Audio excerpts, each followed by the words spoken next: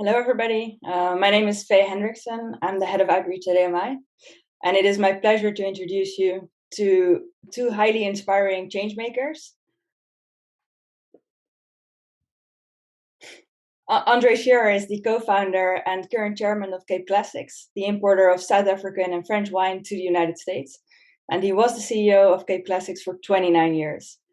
He's also the founder and chairman of the Indaba Foundation and was awarded the 2015 Desmond Tutu Fellow PEPA Achievement Award for Excellence for his accomplishments globally in the wine industry and for the introduction of a new foundation called the Indaba Foundation. The Indaba Foundation reimagines early childhood development in the Cape Winelands of South Africa by investing in teacher training at the world-leading Indaba Institute.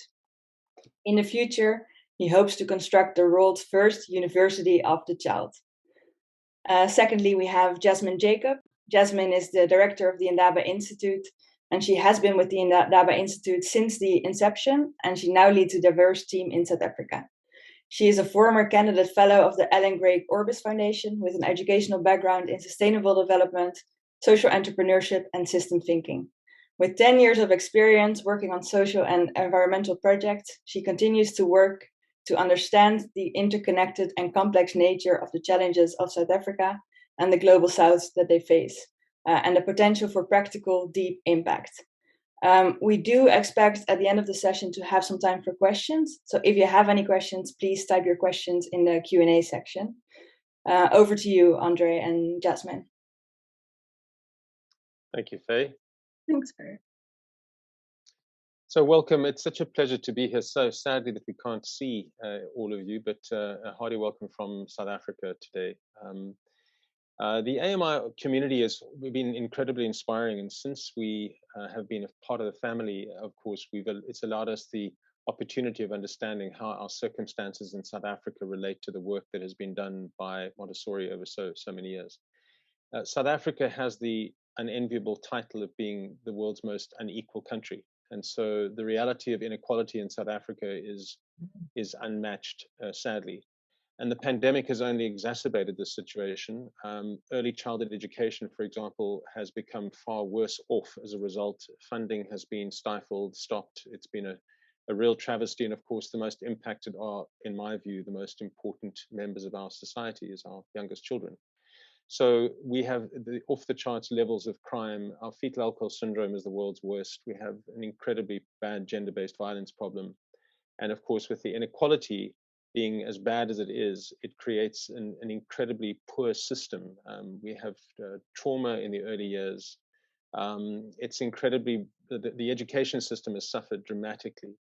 And as a result, I think the time at the moment is really quite pertinent. We believe that early childhood education in the current state in South Africa, working in conjunction with AMI and ESF, it's almost a perfect storm in a very positive way, is to try and see how we can bring the context of Montessori education into the society using training of mostly women as the backbone to that training.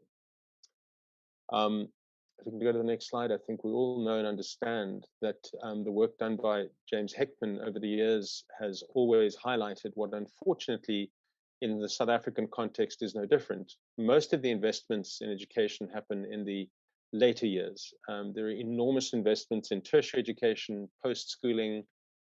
We know that there's an abundance of budget spent. In fact, in South Africa, the Department of Education, Basic Education, has just absorbed the Early Childhood Development section from the Department of Social Development. And it's quite clear that less than 0.7% of the current education and culture budget is currently spent on early childhood. So less than 0.7%, which ultimately shows why the rest of the education system is actually failing. So this Heckman equation chart is no stranger to any of us. But I think at this point in time, the poverty is extreme, and the perpetuation of that poverty, it just continues to feed the system of inequity. And it shows just how much, if we are to shift that, if we shift it positively, and we shift it with a whole child philosophy like Montessori, and we shift it with empowering women in order to lead these children, we believe that that would be the fastest way for South Africa to regain a much deeper sense of balance, and also develop a country which has got a proper workforce attached with a proper education. And so we see that the literature is pointing to the need for intervention early. And we recognize that with the Sustainable Development Goals being the guide for most of the globe for the next decade, it's really important to understand what it is that we need to be doing with early childhood development for the transformation of an education system. Central to this transformation is inclusion and equity. And we have to realize that in order to make any sort of change within the education system, we need to be guided by a pedagogy that believes that all children can learn. In order to be able to have the system that values all children and focuses on providing what children need in all contexts, we will therefore then be able to make reality the inclusion and equity we hope to see in society. And fundamental to this is the training of teachers. We see that ECD educators have a crucial role to play in any context, but especially in reducing inequalities, especially in communities most underserved and under-resourced. It's incredible to see that epigenetics research has shown how supportive relationships and rich learning experiences can actually change the expression of a child's genes and therefore result in better stress responsivity and behavior. So we see here that the potential for educators is quite high to be able to be catalysts for the transformation we seek to see in the education system, and it needs to start early. So what's important is we recognized in my time in the wine industry was quite important, because the wine industry based in Stellenbosch, which has the title of being the world's town with the highest Gini coefficient, obviously the difference between the rich and the poor.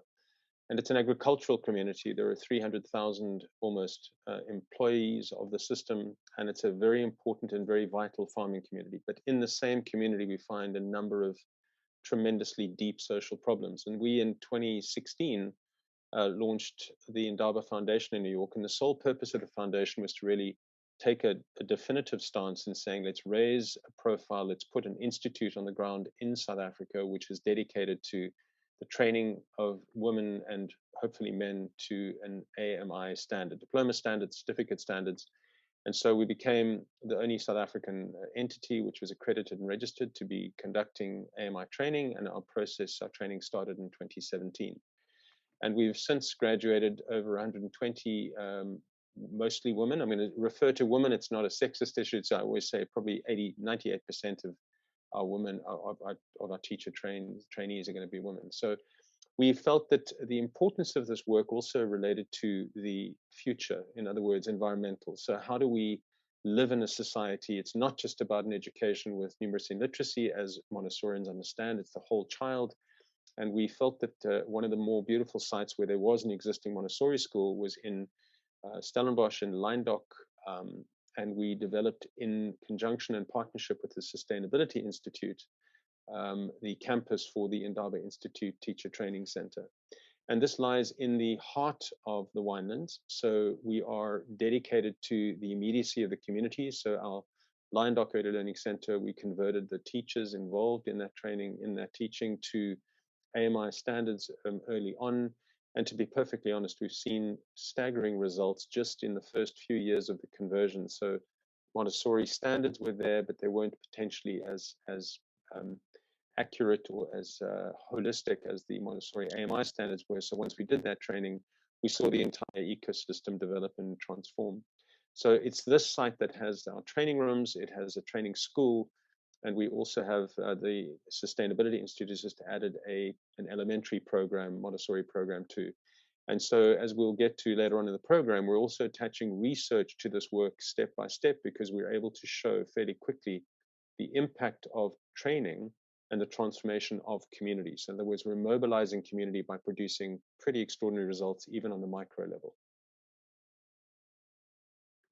Now I want to share a little bit more about the Indaba Institute.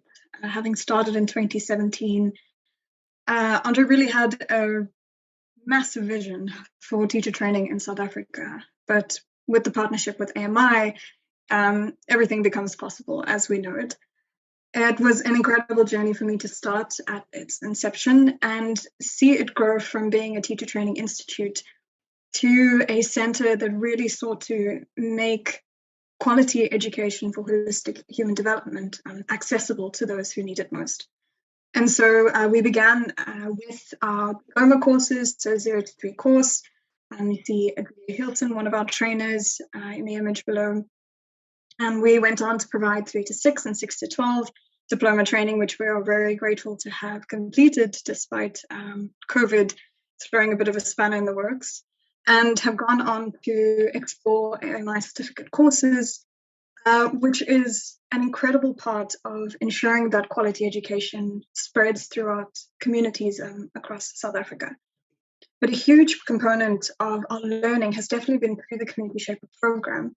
Started in 2017 with the intention of being able to provide sponsorships for individuals who couldn't otherwise access the training that was being provided. And it was here that we started to realize that there was more that needed to be done than providing access to a course. And it was here we also realized that if we were going to live out our vision and this mission of making quality education accessible, we were going to need to try something different. And we had to think, as we went ahead, about the individuals in many of the informal settlements, what may be known globally as the slums of South Africa, that they are change makers, lying in wait for the opportunity to really make a difference in their communities.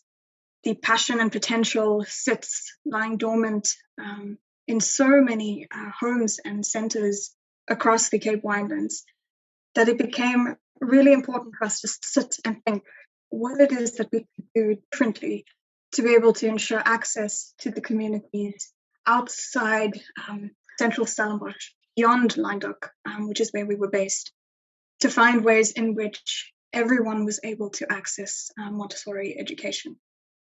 And this began the journey of community-rooted education and our interactions with India.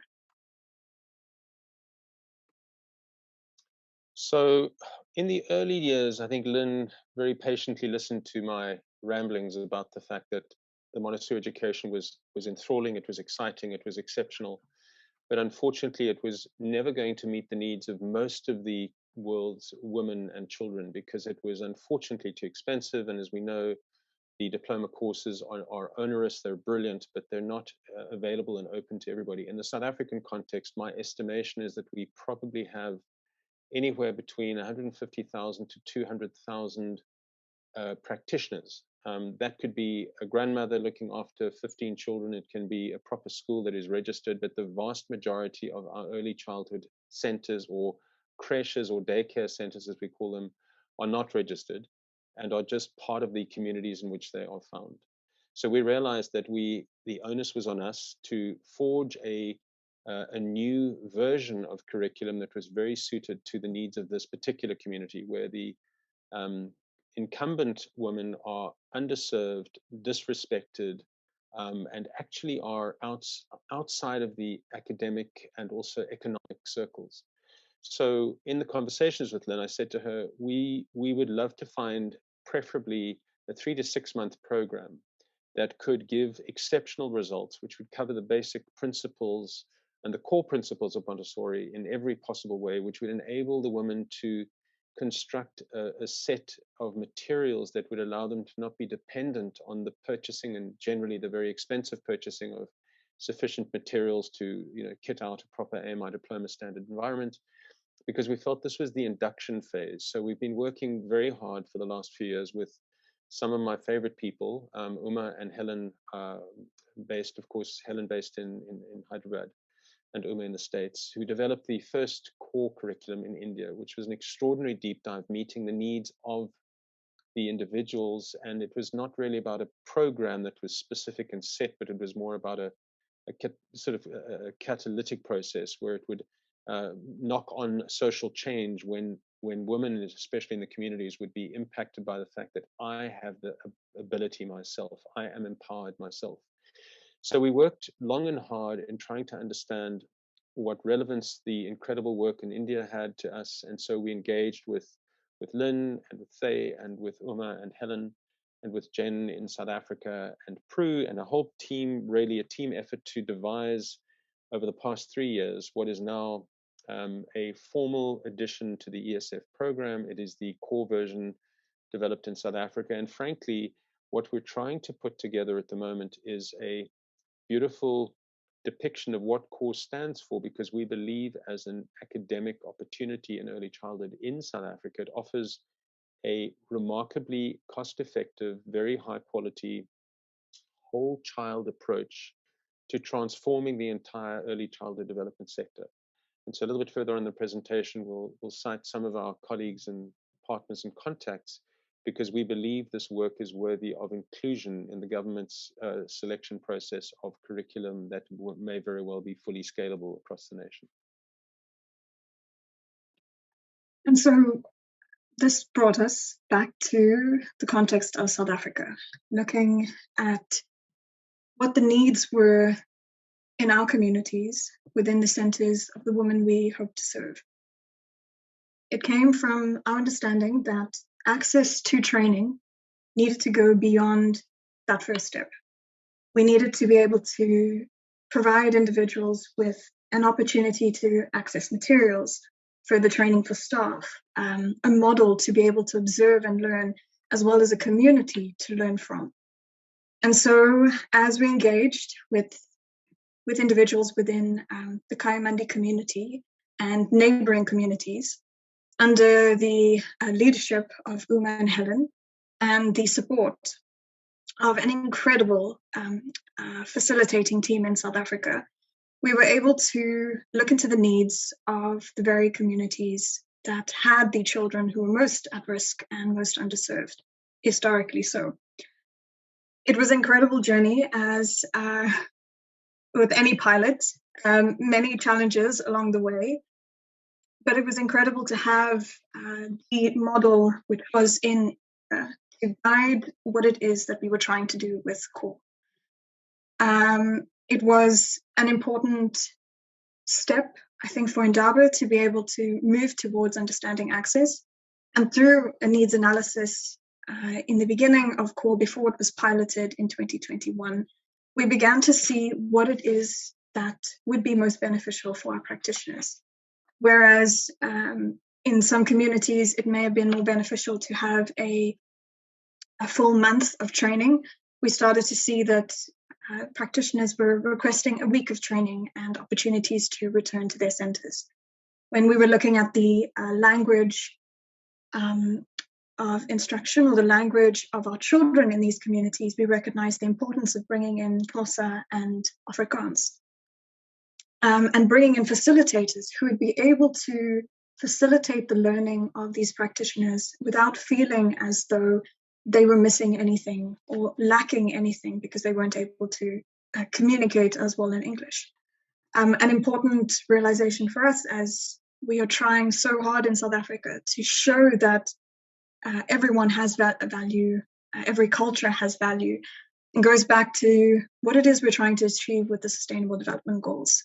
If we want the future of equity and inclusion to not remain an illusion, we do need to ask ourselves these questions. And the process of CORE had helped us with this. So after adapting the training and the co-development of it with Jennifer Moore and Prue Ramsey, along with the help of Moliswa and Poliswa on the ground assisting, we piloted the first CORE in Kayamandi, 6 to 7 week program across 6 to 7 months. And that has since been adapted once again to run our second CORE in a community known as Klapmuts. And the training has now become a 6-week training over 6 months, a mixture of theory, practice, and material making. And the program schedule began to follow very much the same schedule that they had in India, because the need was understood that when we learn, we often need time to be able to engage with the challenge we are trying to solve, with the lessons we're trying to learn. And so it was an incredibly insightful experience to see how these training weeks broken over 6 months were able to give time for individuals to learn and bring back their insights to share with the group. And as Andre mentioned, we began the research component of this program more in depth than our initial needs assessment. We start with the baseline and are continuing with ongoing monitoring and evaluation of the educators as a start before we begin to look at what changes are actually happening to the children in these communities. Important to core and important for the Indaba Institute and Indaba Foundation to understand was the essence of this program and any program that seeks to make the equitable, inclusive, regenerative future for the nation and the globe possible. And starting, as we know in Montessori courses, we know that it starts with the adult.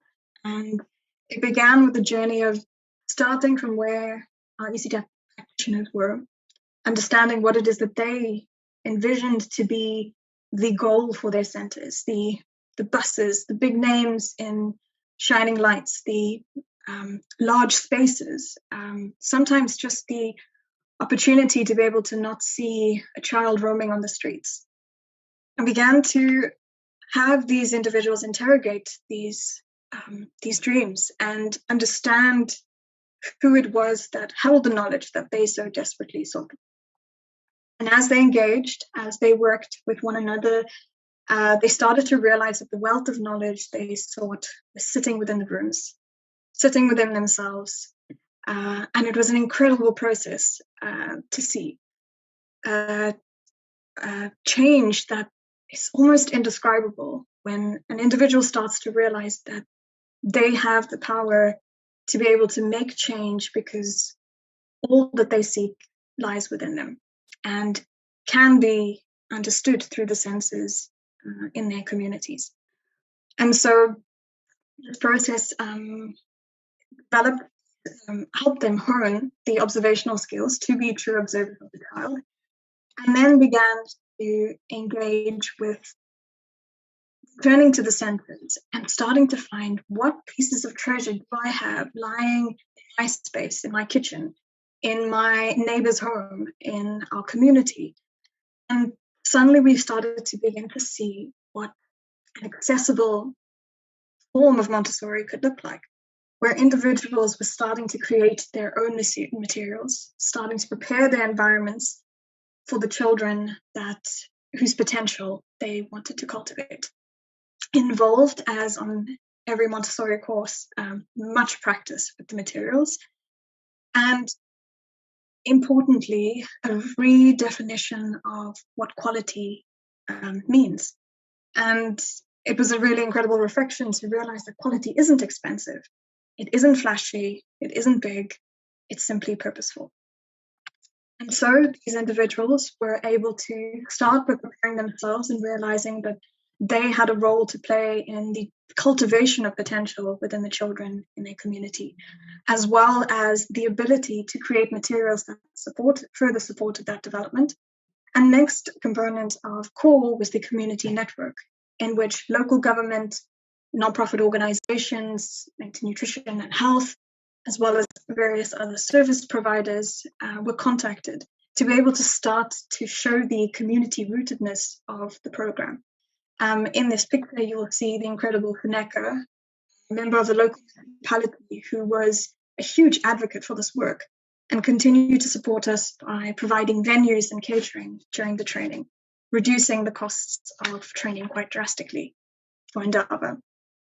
And it was also through the generous support of funders that were mobilized to be able to ensure that every individual on our training did not have to pay a cent to access quality education, that they had desperately requested after many weeks in the communities working with our previous diploma students who had returned and hoped to be able to spread the word about what was possible. We also sought to find research partners to connect, and as we had with our second call, find a way to monitor and evaluate the impact of the program. So what we found to be particularly important in terms of material making was that we witnessed the most extraordinary quality standards, the pride and the ability of these women to take hold of their own environments and to, during the course of these 6 months, build and paint and painstakingly create what ultimately almost became sale-ready quality. So the change maker was completed. We saw that as these women went back to their centers after each 1 week of the training, the kids and the families were all waiting in anticipation to try and understand what would it be that they would learn that week. So part and parcel of the process was saying, here's a cost-effective, high quality, bearing in mind that we, from a pedagogic point of view, we're saying that the core training in South Africa and elsewhere must also be governed by the same rigor and standards that so the scientific pedagogy group in Amsterdam and at AMI certainly would control all of these standards that we apply. And by the same token, those standards would apply to the same pedagogy group in South Africa that's overseeing the evolution and development of core. We believe that the rigors must remain at every level. And as a result, those rigors gave rise to these quite beautiful materials. Most of these women already, within the space of 5 or 6 months, have emerged as spokespeople, have emerged as advocates.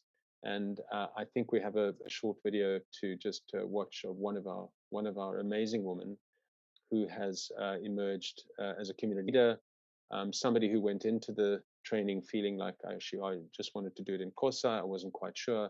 And she has emerged really as a dynamo who understands that the power lies within. So let's take a look. So since we started Montessori, I said there's a way and there's a challenge, there's a chance for everything.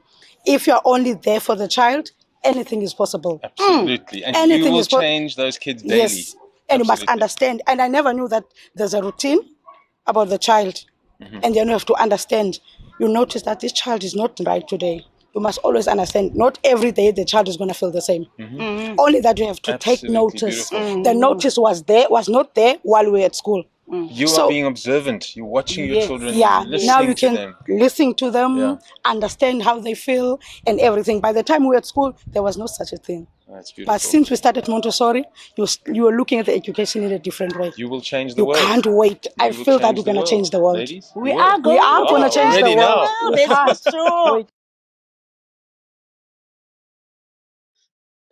So the energy that is felt is really very tangible, and we've had numerous visitors over the past while. We're actually going to be having some of the USAID team members join. Some of the South African Department of Basic Education will also be visiting some of our sites. But we've built this through an extraordinary collective of individuals. We've had some remarkable funding partners. We've had some extraordinary patrons, including our Professor Thuli Madonsela, the champion of social justice in South Africa, our former Deputy President, Dr. Phumzile Mlambo-Ngcuka.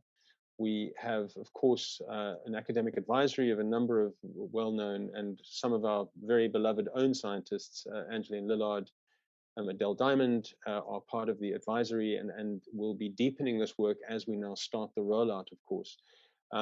We're working closely with South African research institutions, and ultimately what we're trying to do is build an entire ecosystem to prove that the Montessori method truly does belong as a scalable and business-friendly opportunity in the educational space. So I think that the key really here is build family, build system, and build it with efficiencies. And so for our view, we think that core is very scalable, because what we'll be doing is utilizing the graduates from the Indaba Institute diploma programs. Those who've had a number of years of experience in the classroom will become facilitators, and it's a career trajectory that enables somebody who started off with a diploma either to go to a school or in fact to become a core trainer as well at the same time. So at the end of the day, this is a process, but since 2017, we're very proud to say that core is alive, it's up and running, thanks to our amazing partners in India and UMA, and to actually say that we are on the verge of real, I use the word hesitantly, scalability. Because in fact, if we do not make this remarkable opportunity available to every child, we feel like we're failing. So we've tried to put this into a contained ecosystem that shows strong growth and trajectory. We have a number of larger financial institutions, And at the same time, we've got, I hope many of you were able to listen to Professor Lorenzo Firamonte yesterday in his speech, his keynote address. He is working with us on the creation of an economic paper to define what a tremendous impact a strongly scaled system such as core could have on the gross domestic product of the nation of South Africa. So I think as we talk about mobilizing, what we're trying to do here is mobilize the communities in which we serve, mobilize the academic communities. And so we believe that this is a truly structured and scalable opportunity that once we have completed the work into a bit of a manual or a document, we'd love this to be the property and the community of the Indaba family, the AMI family worldwide, is to say that anyone who would like to see similar evolutions, we know that core is a process. Each country that might adopt core would need to see it fitting to their own communities and be adjusted accordingly. But we believe that once we've completed this with the economic papers and the top-down approach that we've said, actually, here's where the quality starts, and we need that quality to filter down to absolutely everybody in the mix. And it's safe to say that our instant results, a number of our practitioners that have graduated core have gone back to their regular school lives. They've implemented environmental, and they're growing vegetables. They're using, compost, as you can see, in tractor tires. They're growing spinach, fresh food for the kids on a daily basis. The parents of other children, whose friends go to the school, are seeing this. The Nositelo in this photograph has said already she has lots of new children wanting to come to the school because the parents have seen what the school is doing, and she's now been able to already hire an assistant. So these are economic and very scalable changes. So as we deepen our relationships with the Department of Basic Education in this context, as it now absorbs the department or the early childhood education function, we would like to believe that AMI and core will start to play a significant role. And to that end, in the wine industry, we're going to use the core as a vehicle to develop a social investment seal that will allow wineries to actually fund the training of practitioners in the core method as a means of attaining their Black economic empowerment points that are required for community development in the region. So please watch the space, but certainly we're extremely excited about what has now resulted from these 5 or 6 hard years of tremendous effort and support from so many people to make this a reality. And what we try to do and share with you today is really this understanding that we have been able to, the insights that we may be able to gather from working closely with Helen and Uma, working closely with our trainers in our ecosystem, constantly going back and forth between the community to understand what does a different future look like when we begin to take that first step as individuals, as a community. And I think it's an incredible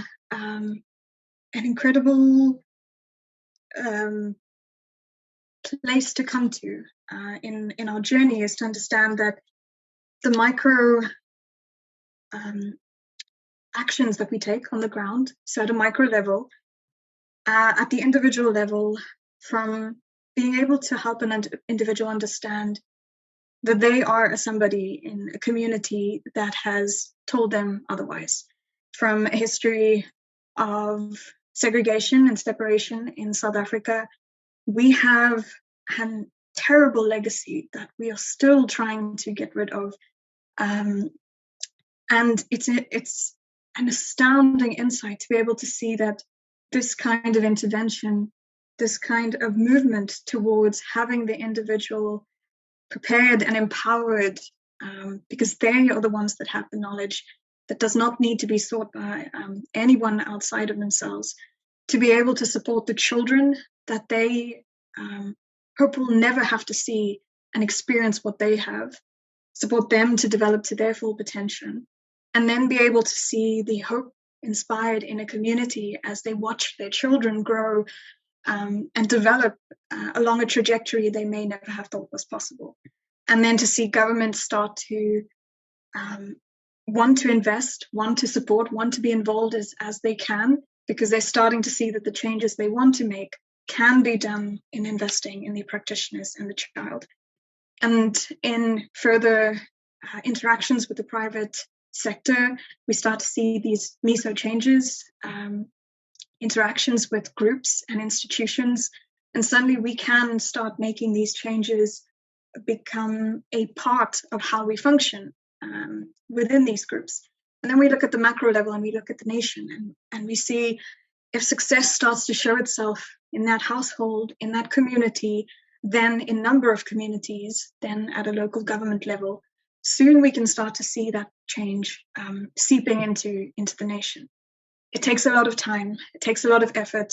We're more likely to fail than succeed most times, but really change starts with just one individual, one family, one school, one institution, one community that recognize the potential of the child to transform humanity and commits to working to make that future possible. And with that, we would like to say, Nkosi Kakhulu, Danki, and thank you for giving us the time to share our insights and speak about the change makers we would really like to invest in, and hope many countries across the globe who are experiencing similar challenges and desires to make quality education accessible, to be inspired by what we've seen on the ground and the potential of change, social change, but also systems change. Thank you very much. Thank you. Thank you very much, Andre and Jasmine, for taking us on that incredible journey. I think it's amazing to realize, as Andre mentioned, it's just 5 or 6 years and how much has been achieved in that time. And really looking at how you set an example globally and really how we can work together to reform education, and really looking at it as an ecosystem and looking at all these different elements. So yeah, it's really incredible, your work. Thank you so much. Thank you, Faye. There is one question that came up through the chat. The question was, Jasmine, you mentioned the research for CORE, the baseline study and the follow-up research. Are there plans to share those findings, and how would they be available? Definitely. So we are working with a research consulting company who has run the baseline assessment and is currently gathering data on our first 2 weeks of the core program that have been run. The intention is to have the baseline as well as mid-level as well as post data gathering exercises, and they've scheduled time along the period of the next 6 months to be able to gather that data. And the intention is then after those 6 months and a period of visits that will take place, so follow-up mentorship, we'll then be able to have the last round of data gathering before we present it in a paper that we will definitely want to make available to the public. And Faye, if I could just quickly add, so yesterday was the launch of the Thrive by 5 index by the government and one of our larger financial organizations to measure the outcomes of the 4 and 5-year-olds in South Africa. And to nobody's surprise, almost 70% of the children of 4 and 5 years old do not meet the standards. So it's an enormous problem. But what we're suggesting is that as we track and trace the work we do, because we've built a very strong sort of research backbone, we think this is going to become, we like to think, one of the stronger bodies of work proving that Montessori and certainly AMI and CORE and ESF will produce, when discharged and developed at the right standards, will produce unmatched results. And so the ultimate is we're not doing the research to prove that what we're doing is right. We're proving, does it work? And let's show this to the world. And so we would like to do this as a very strong longitudinal study to do pretty much what Jim Heckman has been doing for the longest time, is the actual life outcomes, bearing in mind one unbelievably hard fact is that last year, 2021, only 20% of South Africa's grade 12 school leavers passed mathematics with the newly lowered pass rate.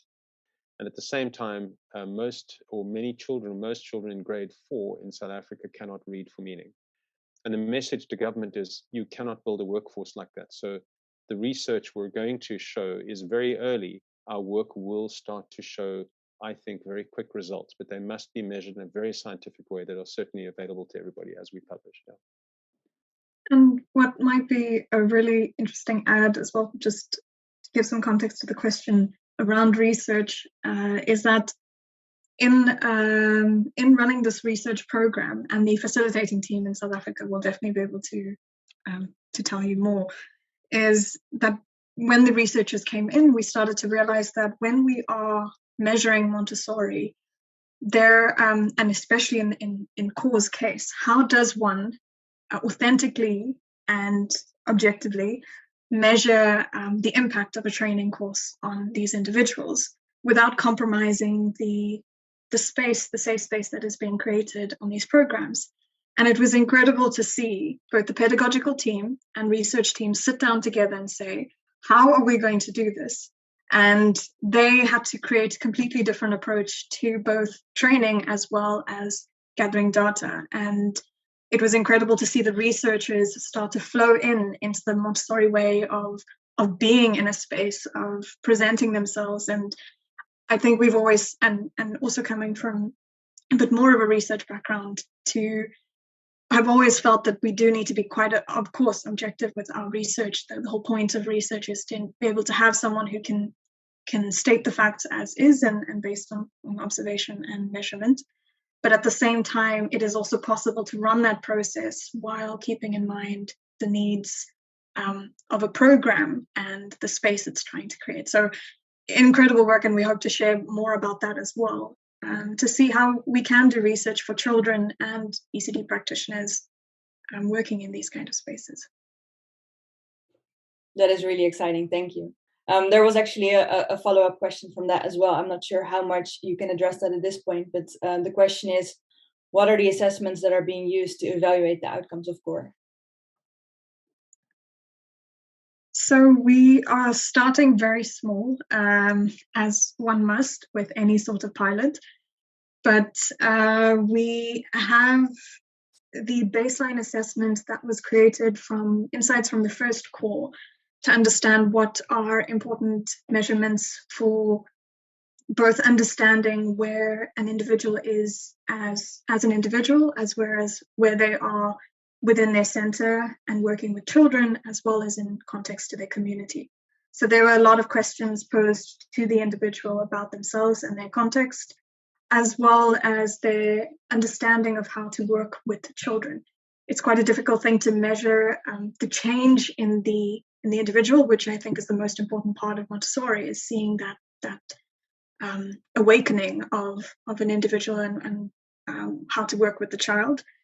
So we're trialing that assessment based from that baseline assessment with focus groups, so having individuals come together to speak about what it is they're learning, as well as individual interview sessions.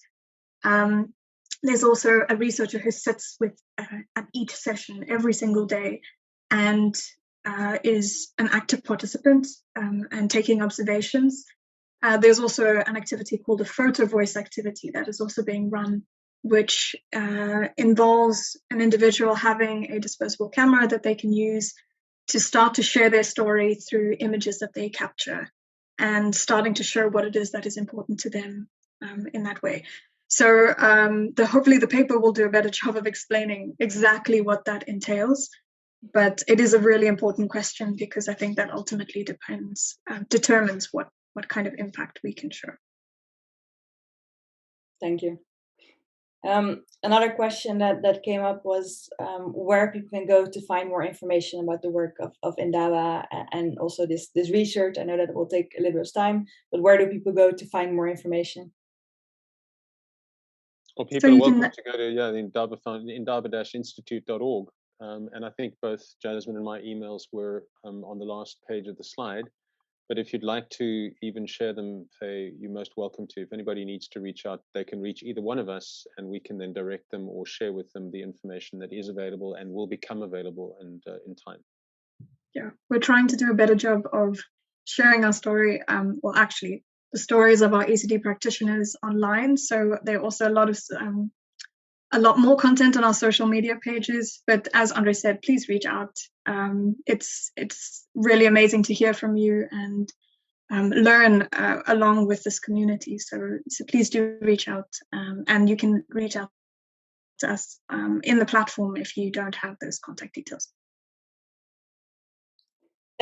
Unfortunately, we have reached the time to end this session.